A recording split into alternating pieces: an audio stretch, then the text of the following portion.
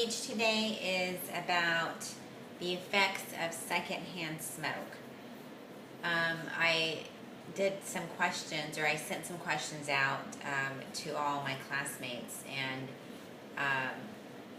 checked to see what you guys would respond to them. And the responses were interesting. I asked if you guys knew anybody who actually smoked cigarettes, and the majority of you do know of someone. Also, do you guys agree with smoke-free businesses? Why and why not? Those were very interesting comments on that question. A lot of the comments were positive comments because of children and the effects that secondhand smoke has to children. I'm very passionate of not being around it, not having it around my children, my home. Having a father who died of lung cancer also is a reason why I'm very passionate about it.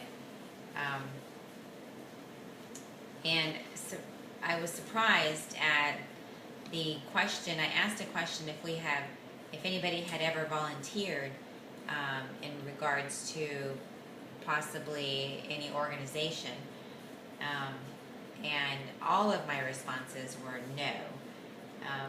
I know that we probably need to be a little bit more proactive and get the word out as to the effects of secondhand smoke and how it affects our children and ourselves and our animals and everything around us.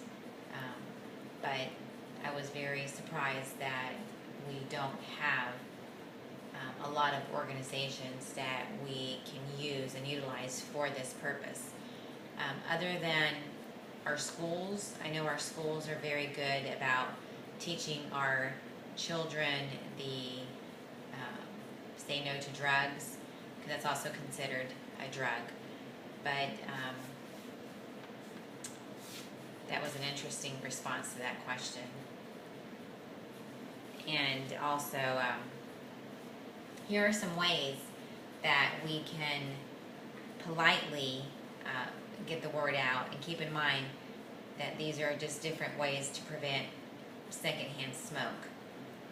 Possibly be polite and put a sticker on your door at home stating that you don't allow smoking in your home, so they're aware of it, or simply just let them know.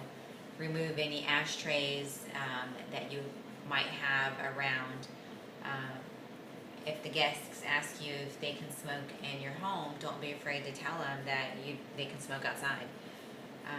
Let your babysitters know or your caregivers know in advance that you don't want them to be smoking cigarettes around your children while they're providing any type of care to them.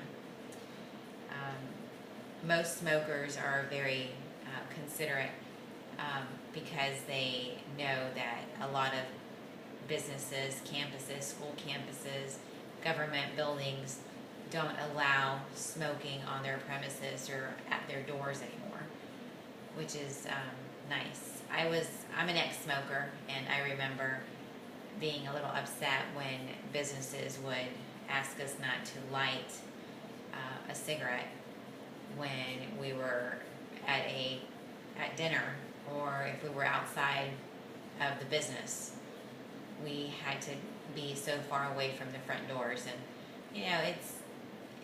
it's challenging, but it's a benefit to all of us and our children to not have that exposure, especially if you have children that have really bad allergies or have asthma or any of the other breathing problems that secondhand smoke can make things worse for.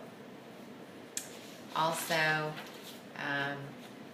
in public places, you can ask in advance about their smoking policies, like hotel rooms, that sort of thing as well.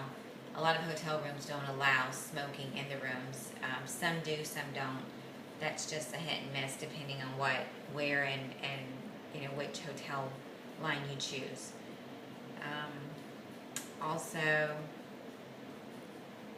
You can also attend public meetings and voice your concerns at government agencies or municipalities if there is a smoke-free campus, or if you want it to be a smoke-free campus, or you can go to any of the municipalities if they don't already do it and put your request in, which is kind of nice.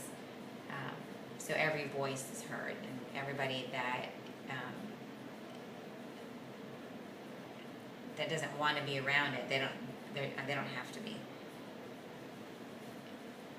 Keep in mind that we're asking to make personal changes in people's lives, and sometimes that's hard.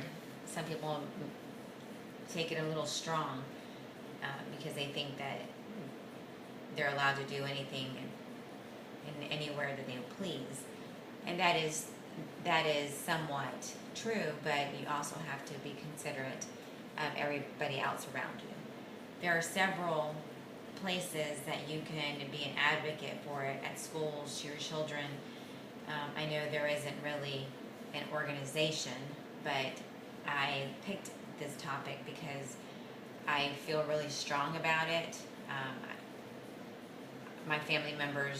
Some of my family members do smoke, and they respect that I ask them not to do it around my children or in my home, or even when they're simply around us.